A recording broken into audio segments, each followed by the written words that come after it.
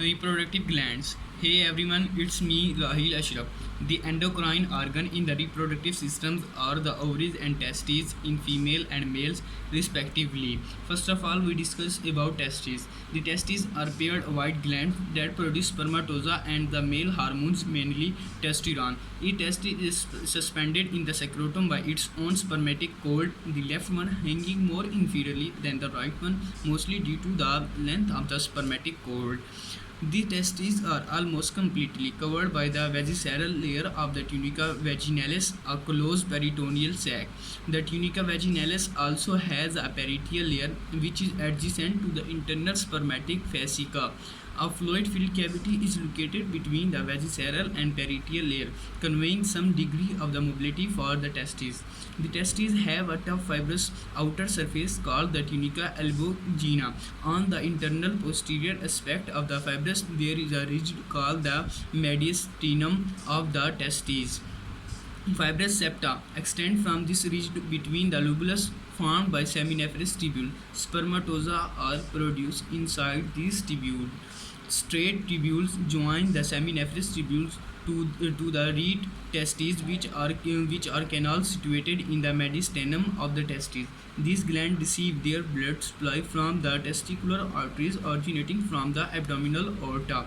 The venous drain is via the pampinephrine venous pellex which surround the testicular artery. The plexi of each testis join to form the left and right testicular veins.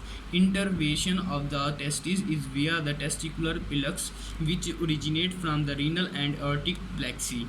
This is the diagram of reproductive structure. Now we move to the ovaries. The ovaries are almond-shaped glands in which oocytes develop and produce the female hormones. Each one is suspended by the mesovarium, a peritoneal fold subdivisional of the broad ligament of the uterus. Before puberty, the surface of the ovary is covered by the ovarian mesothelium, also known as surface epithelium, giving it a shiny appearance. This structure consists of a single layer of the cuboidal cells. After puberty, the surface of the ovary becomes scarred due to the ovulation, which involves rupture of the ovarian follicles and oocyte discharge. The ovaries lie suspended inside the pelvic cavity on each side of the uterus, close to the lateral wall of the pelvis. Specifically, they are located inside the ovarian fossa. Attached to the superlateral aspect of the ovary is suspensory ligaments of the ovary. This is the peritoneal fold enclosing the ovarian vessels, lymphatics and nerves, which becomes continuous with the mesovarium. The ligament of the ovary pass through the mesovarium, keeping the ovary attached to the uterus. It is the remnant of the ovarian gubernaculum of the fetus. Blood supply to the ovaries is via the ovarian arteries arising from the abdominal aorta.